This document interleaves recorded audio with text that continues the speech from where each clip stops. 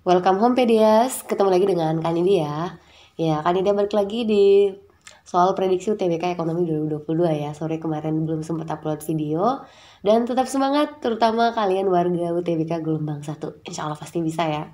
Oke, langsung kita jawab soalnya aja. Nomor 1, jumlah nilai barang dan jasa yang dihasilkan selama setahun di suatu negara, baik itu warga negara sendiri maupun warga negara asing disebut apa. Yang kalau kita bicara tentang jumlah nilai barang dan jasa itu materi dari pendapatan nasional teman-teman ya. Nah, pendapatan nasional itu sendiri ada dua istilah yang lumayan mirip tapi berbeda banget ya.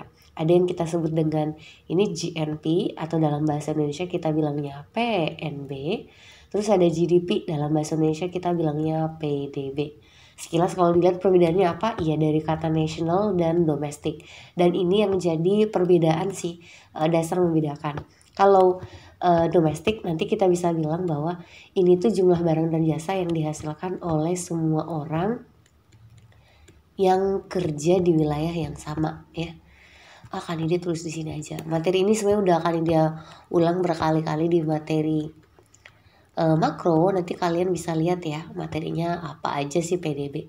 Jadi kesamaannya itu kalau PDB fokus pada wilayah atau tempat bekerja yang sama ya. Tempat bekerja yang sama. Jadi kalau orang bekerja di suatu negara yang sama, mau dia itu warga negara apapun, maka dia penghasilannya yang akan dalam menghasilkan barang atau jasa itu akan dimasukkan dalam PDB ya. Sementara kalau kita ngomongin tentang PNB, sorry ini tulisannya aneh. Kalau PNB itu berdasarkan kewarganegaraan. Jadi nih kalau misalnya besok ditanyain PNB Indonesia, maka kalian harus menghitung saja semua penghasilan yang dihasilkan oleh warga negara Indonesia dimanapun dia berada. Sementara kalau PDB, semua orang yang bekerja di Indonesia siapapun orang itu, ya. Nah di sini dikatakan bahwa ini dihasilkan dalam suatu negara. Nah di suatu negara yang katanya bisa warga negara sendiri ataupun warga negara asing. Jadi ini tuh tidak memperdulikan status kewarganegaraan, fokus pada wilayahnya. Berarti ini adalah PDB atau Gross Domestic Product ya. Oke, selanjutnya masih materi yang sama. Kalau ada TKI nih yang bekerja di perusahaan otomotif di Jepang, nah masuk kemana? Jadi kalau kita bilang TKI ini udah kita bilang tadi ya. Kalau TKI base-nya adalah lihat dari kewarganegaraan, berarti nanti dia masuk datanya di PNB Indonesia, benar. PNB Indonesia. Tapi ternyata Kak dia ini bekerjanya di mana?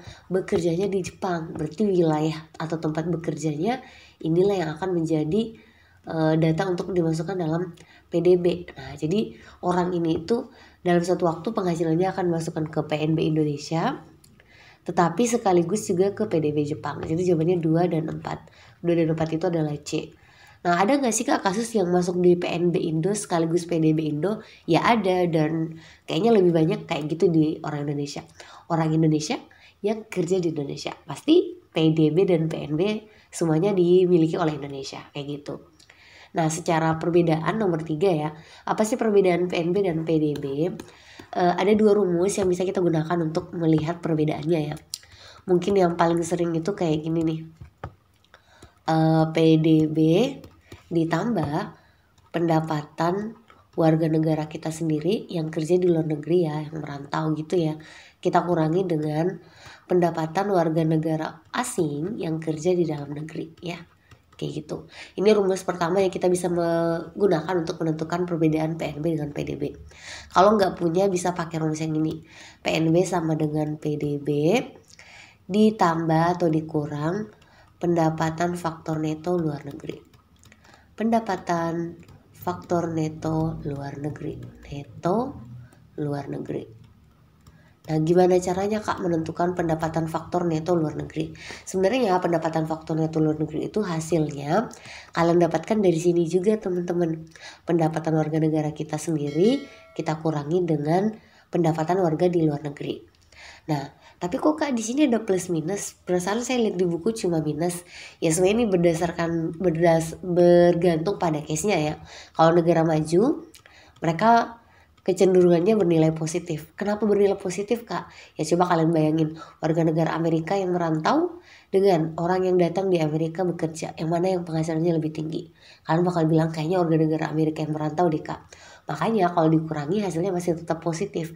Jadi nanti pendapatan faktor netonya positif. Sementara kalau kita di Indonesia dan negara berkembang itu memang kecenderungannya negatif ya. Kalau ada bule yang kerja di Indonesia dibandingkan orang Indonesia yang merantau, pendapatannya lebih banyak mana? Lebih banyak bule kan yang kerja dalam negeri. Makanya kalau angka kecil kurang besar pasti minus. Jadi kalau di buku-buku mungkin langsung aja ditulis PDB dikurang karena ya itu hasil akhir aja. Jadi maksud Kanidi adalah kita harus tahu sebenarnya kenapa seperti itu biar besok kalau referensinya berbeda kita juga nggak kaget-kaget amat ya. Nah jadi kalau ditanyain perbedaannya ya kita bisa lihat sini pendapatan faktor neto luar negeri. Jawabannya yang C. Celta.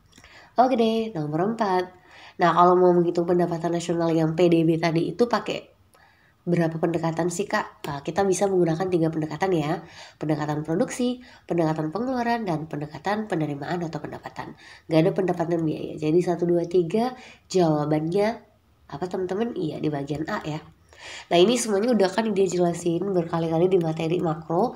Nanti kan dia drop playlistnya, kalian boleh cari materinya ya, karena ini materinya banyak. Tapi dari tadi masih pendapatan nasional sih. Nah yang ditanya lagi nih kalau metode pendapatan, berarti yang poin ketiga nih yang tadi katanya itu bisa diambil dari mana. Nah kalau pendapatan nasional pakai metode pendapatan yaitu adalah W ditambah R ditambah I ditambah P ya. Ada yang pakai V, ada yang pakai P. Y itu bisa diganti menjadi PDB ya teman-teman ya. W itu adalah singkatannya adalah kepanjangannya adalah wage atau upah ya kan. Terus R itu adalah rent, jadi nanti adalah sewa. I itu adalah interest, jadi bunga. Last one itu adalah P, profit, jadi ini laba. Ya udah kalau mau dicari berarti dijumlahin aja. Upah, sewa, bunga, laba. Nah kalau yang dicari baik-baik nanti ketemu jawabannya E ya, jelas ya.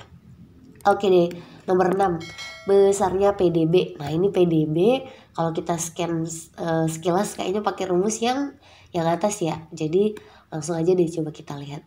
Yang ditanyain adalah PDB. Berarti kalau ini kan rumusnya pakai PNB ya. Nah berarti kita balik dulu deh. Kalau mau nyari PDB berarti gimana rumusnya teman-teman? PNB. Oke lanjut. Dikurang pendapatan warga negara kita sendiri yang kerja di luar negeri ditambah apa? Ya, pendapatan warga negara asing yang kerja di dalam negeri.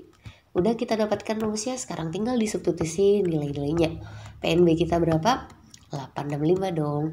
Dikurang pendapatan warga negara yang merantau. Warga negara di luar negeri 45. Terus ditambah pendapatan warga negara asing 130. Ini kan dapatnya 820 tambah 930. 820 tambah 130 950 ya. Jadi jawabannya ya yang E ya, kayak gitu. Ya sorry ini tulisan Kanidia sangat tidak indah ya. Sorry sekali. Oke deh. Lanjut nomor 7 ya. Nah, di sini kalau kita lihat itu langsung diketahui ada data pendapatan nasional, banyak banget datanya ya. Terus katanya di pendapatan nasional ini menggunakan metode pengeluaran. Tadi baru aja bahasin metode penerimaan. Sama gak sih kak? Ya beda dong. Itu dua hal yang berlawanan banget kan. Nah yang ditanyain tapi berapa nilai ekspor. Kan ini diingetin lagi rumus metode pengeluaran itu adalah CIGXM. CIGXM. Dan kita cari tahu dulu. Ingat ya tadi itu Y adalah PDB atau pendapatan nasional.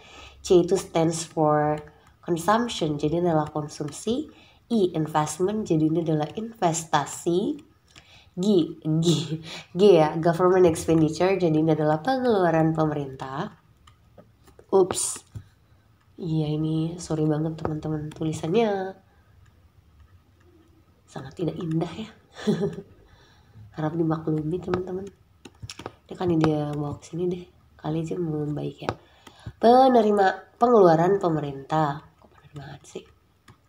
X stands for export. Ini adalah ekspor dan last one ini adalah import. Jadi ini adalah impor. Nah, yang ditanyain di soal itu yang mana teman-teman? Si X. Ya udah berarti kita coba balik aja rumusnya gimana kalau mencari X. Iya, jawabannya kalau mencari X adalah Y-nya kita kurang dengan C, kurang I, kurang G, lalu ditambah M. Ini simple aja sih. tinggal ilmu memindah-mindah ruaskan aja. Nah, kita mulai dari mencari Y. Y itu adalah pendapatan nasional. Sekali lagi, berapa pendapatan nasional negara ini? Pendapatan nasionalnya 1950 ya. Oke, fokus. 1950. Terus C-nya si konsumsi masyarakatnya berapa nih? Di sini nggak ada konsumsi ya, adanya cuma pengeluaran rumah tangga. Dan udah jelas sama aja kan yang melakukan konsumsi rumah tangga ya. Investasi ada 600. Kalau nggak ada investasi, kalian cari bahasa pengeluaran perusahaan. Nah, itu investasi ya. Jadi jangan terlalu kaku. Banyak latihan soal biar kalian insight-nya bertambah ya. Oh, ternyata ada istilah lain ya. Oke, CI udah. G itu pengeluaran pemerintah. Ini belanja pemerintah sama aja ya. Dikurang 500 ditambah berapa? Impornya cuma 50 guys. Ayo kita hitung. Ini jadinya 2000. Terus ini 12, 17. Jadi 2000 kurang 17. 20, 17, 300 ya. Enggak ada. Coba kita hitung baik-baik. Fokus guys. Ini 14, ini 19. Ya Allah. Jadi jawabannya 100 lah ya. 100. Oke. Semangat kalian ya. Otak-otak yang UTBK jangan kayak Kanidia nih, otaknya lagi membeku banget. Jarang hitung-hitung belakangan ini ya. Oke deh. Nomor 8, guna mengukur ketidakadilan distribusi pendapatan nasional, kita bisa pakai apa? Ya, kita bisa pakai 2. Secara kurva namanya kurva Lorenz, dan kalau nanti pendekatan angkanya pakai Gini. Tapi Gini juga butuh Lorenz kok.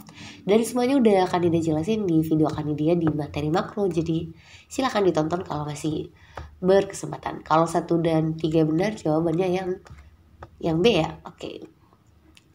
9. Bila pendapatan nasional didistribusikan merata secara sempurna. Nah, berarti kalau merata secara sempurna, semua orang penghasilannya sama, nggak ada yang berbeda ya. Nah, kurva Phillips, kurva Phillips itu hubungan antara apa teman-teman?